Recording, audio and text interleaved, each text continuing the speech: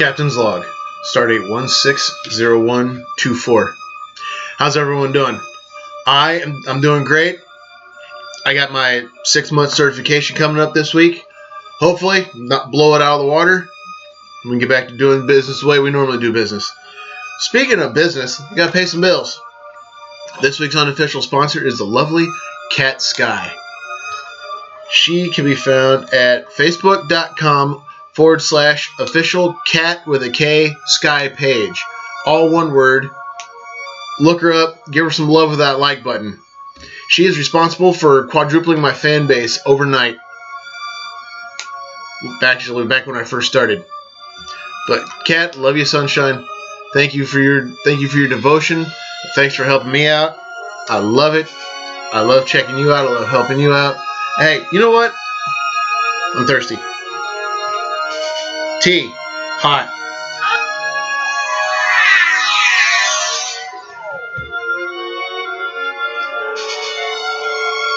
Kapla. Alright. Now, before I get too much further, I want to throw this out there. As you can tell, obviously, I am wearing Denver Broncos colors today. I am still an Indianapolis Colts fan. Colts fan first, Peyton Manning after that, and then anybody else before Tom Brady and the New England Cheaters. That is the motto, that is the way of things in our house as far as football is concerned. And as far as I'm concerned, Seattle lost Super Bowl 49. You'll never get me to say it the other way. Seattle lost Super Bowl 49. All right, let's jump into it. Birthdays. The first birthday for the week. This guy I knew while I was living in Germany. Worked with him there. Justin McCullough. He's a big old Alabama Roll Tide fan. Justin, my man, what's going on? How you doing? How's life treating you? I hope Sandy spoiled you rotten on your birthday. You definitely deserve it. Hey, I'm sure she spoils you rotten every day, but you definitely deserve it on your birthday. Justin, my friend, I drink to you. I want to try to be quick on this one. Next on the list, lovely lady I went to school with. We actually graduated the same year. Lindsey Sussela. I probably just butchered that up. Sussela. It looks like Sussela to me. I knew her as Lindsey Shank. Lindsey, my dear, what's going on? How you doing? Hope life's treating you well. Hope things are going good for you. And hey, I drink to you. Next on the list, another lovely gal I went to school with. She actually graduated a year ahead of me. I knew her as Abby Owens. I'm talking about Abby Crowder. Hey, Abby, what's up? What are you up to? How you doing? How's life treating you? I hope you and your husband are doing. I hope you and your family's doing well. Hope you had a good birthday. I hope you got spoiled. And hey, I drink. All right, next on the list, hardcore. One of my awesome uncles, Steve Dimmitt. Uncle Steve, what is going on? I hope you had a good birthday. I hope things went well for you. And hey, have a birthday. Next birthday on the list, my lovely grandmother turned 94 years old this past week. An incredible day. Grandma, I'm glad you're still with us. Keep on keeping on. I love you. I miss you. I miss Uncle Steve too. And hey, here's to you. All right, next on the list. She was a neighbor of mine here at Earth Station, Okinawa. A lovely lady indeed. I finally figured out how to pronounce her name, Paige Rochford. Now, Paige, I understand you recently had a medical procedure. I hope you're recovering well from that. I hope Marshall's taking care of you, spoiling you rotten. And hey, I drink to you. All right, next on the list. I don't think I realized it was her birthday when I was talking to her. I might have. I don't know. I've slept since then. But this lovely lady was a stunt double during Star Trek Deep Space Nine. I want to say ended in Voyager, but I could be wrong. You might have appeared in Enterprise. The lovely Leslie Hoffman. Now, Leslie, I know I said it to you on the Facebook post, but I want you to take a look. I want you to look at the face. I want you to see the sincerity in my eyes. I can't speak for all Star Trek fans everywhere, but I personally want to thank you for the part that you had in bringing that wonderful saga to life. I want to thank you for your contributions both in front of and behind the camera. Without the talent in front of the camera and the talent behind the camera, people like me would not have been able to enjoy Star Trek for what it was and for what it still is, even as we go into the 50th anniversary. And Leslie, my dear, I give you the Prosper salute. I'm going to drink to you. Ooh, a little hot. But no, Leslie, again, seriously, thank you very much for your hand in Star Trek. I fear not the dark, for I have invested the better part of my time into it. I think that's the saying. All right, I'm starting to butcher it, but Leslie, again, seriously, thank you for your contributions. Next up on the list for birthdays, my cousin by marriage, Sarah Clevenger. Sarah, hey, I missed you last time I was home. I'm so sorry I missed you. I hope I get the chance to see you again sometime. And hey, I drink to you. Next up on the list, I have two more relatives having a birthday on the same day. Let's just jump right into it. My brother-in-law, Matt Clevenger. Matt, what's going on? I hope you're doing okay. I really do. I hope things are going well for you. I really do. And Matt, take care of yourself, man. We're just a phone call away, dude. All right. Next up on the list, my lovely aunt, who's younger than me, figure that one out, Ashley Case. Yo, Ashley, what happened to your Steelers? Nah, I can't say a whole lot. My Colts are out of it too. Heck, Steelers went further than the Colts did. But anyway, Ashley, my dear, I hope you had a good birthday. And I drink to you. Next on the list, a lovely lady I met while I was living in Germany. I wished I'd had the chance to see her while I was home. The lovely Vicki Shelton. Vicki, my dear, what is going on? I hope you had a good birthday. Andy had better spoiled you. Next time I see him, I'm going to attempt to kick his ass. Nah, I'm kidding. But seriously, I hope Andy did spoil you. And hey, I wish you and Andy the best. And last but not least, the youngest birthday I've ever extended a greeting to on Prosper. I knew her parents when I was living in when I was living in Germany. I am living in Japan. I guess that still is a true statement. But I met her parents when I was living in Germany. The lovely young Hailey Swiderski. Hailey, my dear, I hope you had a happy birthday in Arizona. I know it was a good day. I saw some pictures, and hey, you know what, Hailey? I'm gonna drink to you. Folks, I'll tell you what, just as quickly as it came, that was it for the birthdays. All right, let's get to identify this real quick. This one was a stumper. I wanted people to identify the Star Trek character. Now, I know that's Lieutenant Bogomil from the Beverly Hills Cop series, but the same actor that played him played Captain Edward Jellicoe from The Next Generation. He was the commander of the USS Cairo, but when Picard went on temporary assignment, he took command of the Enterprise because he was pivotal in getting the armistice between the Federation and the Cardassian Empire signed. You know, something like that. Excuse me. And the two-parter Chain of Command from the 6th season, which coincidentally was the last episode of Star Trek to run by itself for the next 6.5 seasons. I don't count the little 11-episode gap in the 3rd season of Deep Space Nine because there was another series in production during that time. But that is that. Whoa, hello. Okay. On the next one, I wanted to know the actor. Well, my new friend, Sylke Demise, she hit it right on the head. She said, Armin Shimmerman. She left out an M, but hey, you know what? People spell my name wrong too. Sylke, that's exactly it. Way to go. Job well done. Congratulations to you.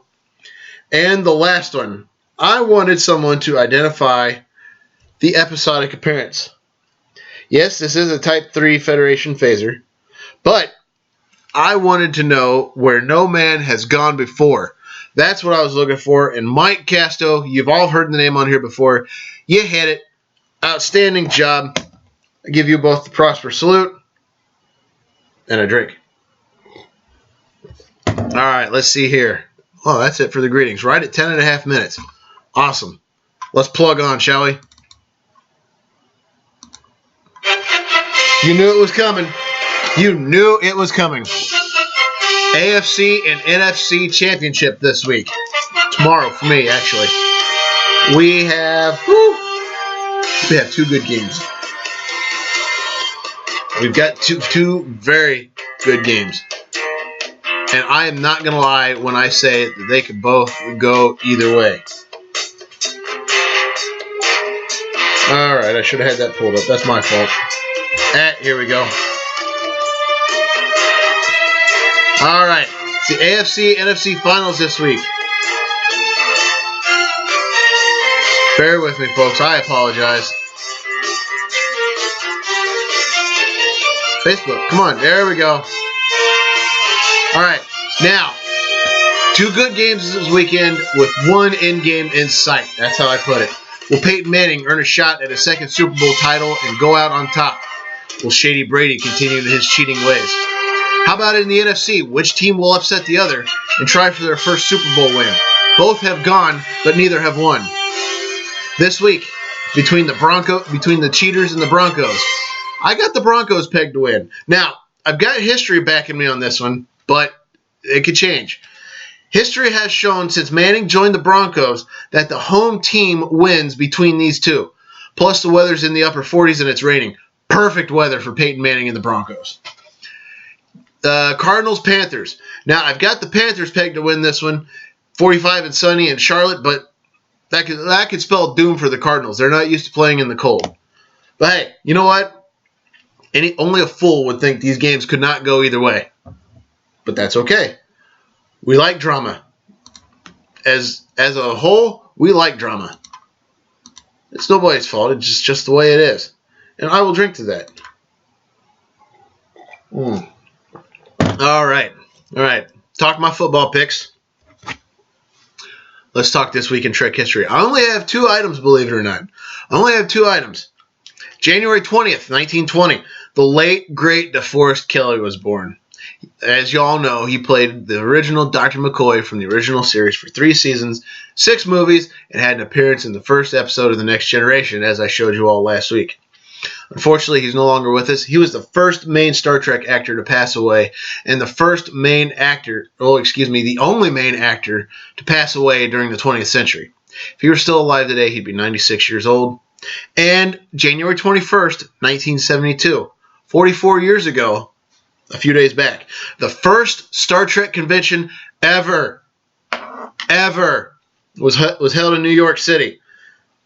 And according to James Doohan, that one brought in like 2,500 people, I want to say. I think I remember seeing that in an interview with James Doohan. But hey, you know what? That's it for Trek history. Believe it or not much happened this week in Trek history. All right, here we go. Let's go into the databanks this week. This week's featured entry, Is There in Truth No Beauty, from the original series' 3rd season. Folks, you know what that is. That's a spoiler alert. The following segment contains spoilers of plot details. Can't say you weren't warned. The Enterprise has been ordered to convey Medusan ambassador Kalos back to their homeworld. The Medusan people are so hideously ugly that a human will go insane if they look directly at one. Lawrence Marvick, who designed the engines of the Enterprise, transports aboard first to provide Kirk and Scotty a reminder about the Medusans. After Kirk, Marvick, and Scotty leave the transporter room, Mr. Spock, who's wearing a protective visor, transports Ambassador Kalos and Dr. Miranda Jones aboard the Enterprise. Spock offers the Vulcan salute to Kalos. However, it is revealed that Kalos is inside a box on the transporter platform next to Jones, who responds to Spock's salutation. Spock attaches an anti-grav unit to Kalos' casing and informs the bridge they're ready to move him. Kirk orders the clearance plan put into place from the transporter room to the ambassador's quarters. Spock and Jones exchange pleasantries about Jones' assignment with the ambassador, mainly due to the ability to achieve a mind link with him. Upon being questioned as to why Spock turned down the assignment, he simply stated his life was in Starfleet. Once the ambassador is secure in his quarters, the crew resumes normal operations and the Enterprise sets course for Medusa. But they don't actually make it there. I'll get to that. Spock and Kalos exchange greetings by way of Kalos opening his case. As Spock notes Jones trying to communicate with Spock's mind, she reveals that she was a telepath born on Earth, but studied on Vulcan. After Jones is rested up, she joins Kirk, Spock, McCoy, Scotty, and Marvick at a formal dinner. A discussion ensues about Jones and her abilities, mainly how she's able to look at Kalos without going mad. She states she spent 4 years on Vulcan studying. We already knew it was Vulcan, but just 4 years.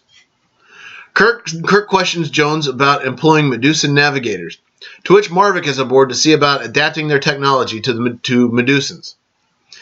As Kirk pours her a drink, Jones has a telepathic flash stating someone nearby is talking about murder, but only for a moment and unable to determine where the thoughts came from, or should I say who.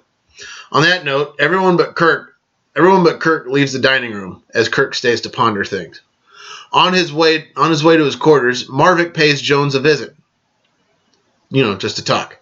Marvick begs Jones not to go with Kalos, stating she'll never be able to give her anything like a kiss. Stating he'll never be able to give her anything like a kiss. Suddenly, Jones has another flash.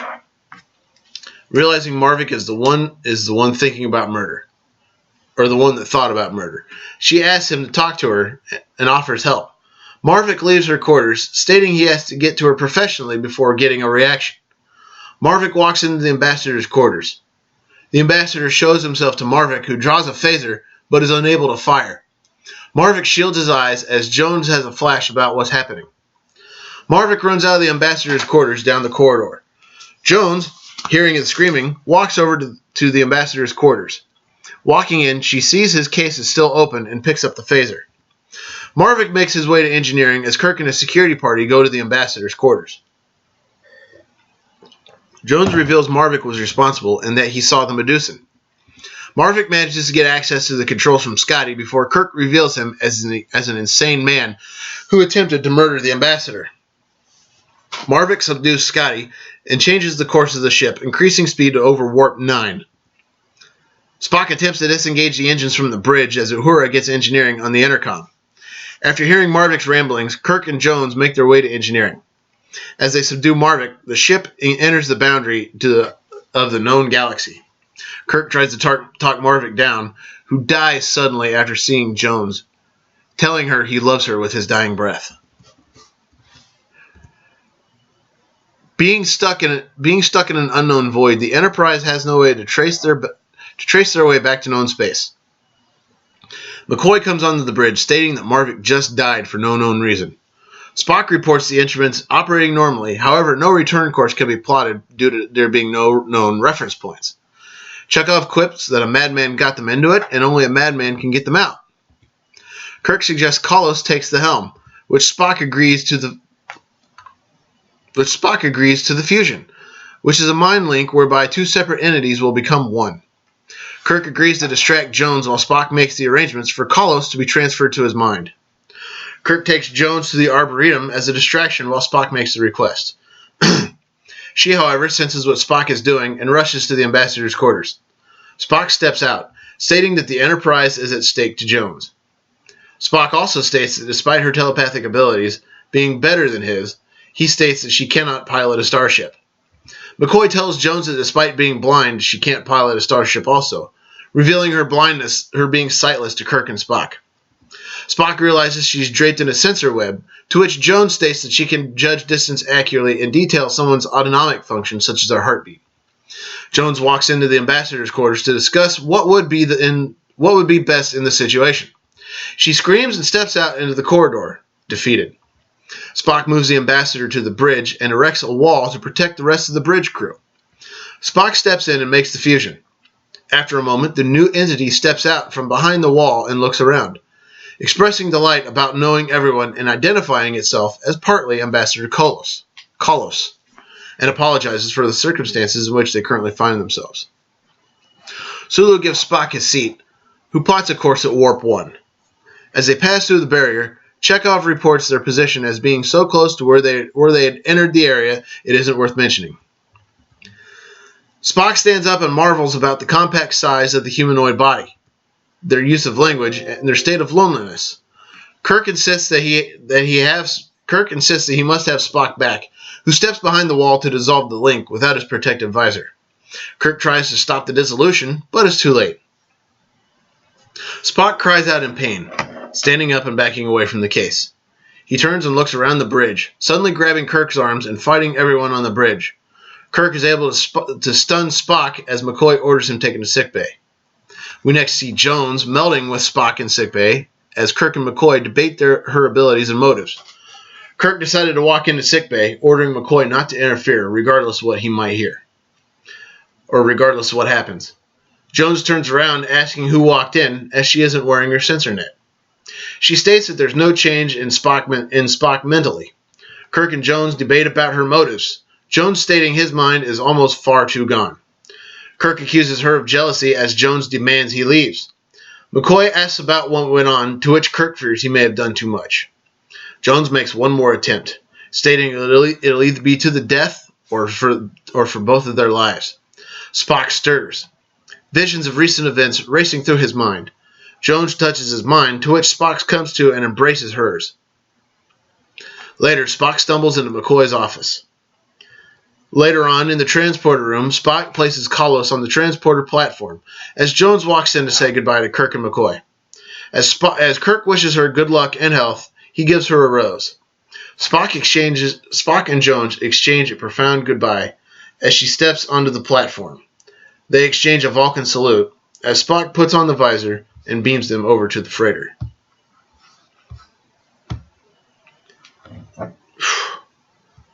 Weird, but okay. Alright, let's go behind the scenes. The Vulcan Idic was inserted into the script and into the episode at the behest of Gene Roddenberry, who wanted to sell the prop as an item at his Lincoln Enterprises. Nimoy, Shatner, and others were outraged at this, and Roddenberry was called to the set to negotiate with the actors. Finally, he agreed to rewrite the dinner scene. The Idic symbol was used, but in a much less prominent way. When Jessica Walter, the original actress proposed for the role of Miranda Jones, became unavailable, and a search for a replacement was fruitless, director Ralph Staninsky recommended Diana Muldaur for the role, since they'd worked together in the previous season in Return to Tomorrow, and also in an episode of I Spy. According to Staninsky, there was a policy against the reuse of guest stars in different roles, a claim refuted by the large number of actors who did, in fact, return to the series in multiple roles. The problem was solved by Muldaur wearing a dark black wig, creating a different appearance for the actress. After reviewing the rushes, co-producer Bob Justman walked out of the screening room saying, "I wonder how she'd look in a red wig," jokingly referring to another possible appearance by Muldaur in a potential fourth season. According to the Star Trek 30th anniversary book, Mike Miner painted the pictures of exotic planets seen in the dining room. They reappeared in Kirk's quarters in other third season episodes. The Arboretum, which was located on the swing set of Desilu Stage 10, was originally built for Elon of Troyes, but its appearance ended up as a deleted scene. Apart from this episode, it was only seen in And the Children Shall Lead. Actually, it is generally assumed that this is the Arboretum. On entering, Kirk says, "I may be sentimental, but this is my favorite place, Earth," possibly indicating that this is Roddenberry's half-hearted attempt at introducing a holography area, which he had planned for the next season, and which he promised to NBC executives in a preseason letter. However, since Kirk gives Dr. Jones a non-holographic red rose at the end of the episode, indications are strong that the room was not a projection. This is one of only two instances in which Scotty wears a dress uniform, complete with ancestral tartan. But whereas he But whereas he wears the white socks in this episode, in the Savage Curtain, he wears red ones. It is what it is. Matt Jeffries designed the container that held Ambassador Carlos. Shots of the Enterprise in the galactic void were recycled from where no man has gone before. It is never made clear exactly where the Enterprise had been thrown. Speculation includes a return trip to the galactic barrier and an earlier trip to the galactic barrier seen in Star Trek V, The Final Frontier, or to some other distant location in space, perhaps even outside the normal space-time continuum. That's weird. That's kind of a contradiction right there. Oh well. A very rare shot of the Enterprise is used when the ship warps toward the light barrier under Marvik's control. It is taken from the opening of The Cage, just before the guest star Susan Oliver credit, and shows the Enterprise at high speed blasting towards the camera. The same shot is later reused in That Which Survives. This was Eddie Paskey's last appearance in the series. This is the third and last episode of the original series to include a question mark at the end of the title. In the title. The others being the first season episode, What Are Little Girls Made Of? And the second season episode, Who Mourns for Adonius? When David Frankham guest starred on the Outer Limits episode, Do Not Open Till Doomsday, his character was also the victim of an alien hidden in a box, which injured those who glimpsed it. The vibrant animated effects used to represent the form of the Medusan and the momentary insert shots of the receptacle during the dinner scene, for example, were added in post-production without director Sininsky's knowledge or approval. This is the last appearance of the anti-gravs in the series. Despite Dr. McCoy's insistence that Dr. Jones cannot pilot the Enterprise due to her blindness, by the time of Star Trek The Next Generation, Geordi LaForge, a blind man, was the helmsman of the Enterprise D during the first season. There are several references to Shakespeare in this episode. Miranda was the name of Prospero's virginal daughter in The Tempest. Spock, Kalos, and Miranda also reference the play when Kalos sees Miranda for the first time through humanoid eyes. Oh, brave new world that has such creatures in it. To which Miranda answers, "'Tis new to thee." Spock Kalos says, "Such creatures." A common misquotation. The play's line is actually "such people." In the 23rd century, I could see a little bit of creative license. I see that. The episode title is from a poem by the 17th century English poet and clergyman George Herbert. From his poem Jordan 1, line 2, "Who says that fictions only and false hair become a verse? Is there in truth no beauty?" This was an unsolicited script which Bob Justman read and recommended. In the third season blooper reel, Diana Muldaur blows one of her last lines by saying, "We've come to the end of an eventful trip." To which Shatner ad-libs, I don't know what you've been taking." The remastered version of this episode replaced the Medusan homeworld effect with that of a newly designed Medusan vessel. It strongly resembles one of the early sketches that art director Matt Jeffries drew of the USS Enterprise, as produced in the making of Star Trek. And this episode included a rare glimpse of the seldom seen left side of the bridge opposite of the turbo lift. Folks, that's all I've got on this one. Let's put it in the shuttle bay. You said, Jim. Ladies and gentlemen, I want to thank you for watching this little production of mine. However you do it, keep on doing it, but it's time to make like the Enterprise and warp out. Everybody take care. Have an awesome night or day. Don't do anything I wouldn't do, and if you do, name it after me. Don't drink and drive, or else you might spill your drink. More importantly, you might kill yourself or somebody else. Drinking and driving is dumber than being a Twilight fan. And what's worse than that is rooting for cheating bastards like Tom. Giselle won't let me go to the Pro Bowl, and I deflated the footballs for no reason, and Peyton's going to whip my ass. Brady, men slapping women, racism, animal abuse, fake friends, people who watch on bets, or anyone who is a member of, supports, or defends ISIS, the staff over Agony Booth, or the Westboro Baptist Church, who tried to picket Leonard Nimoy's funeral, but couldn't get it done because they couldn't find it. Things like that are highly illogical, and I will not make time for them. Ladies and gentlemen, as always, I wish you all live long and prosper.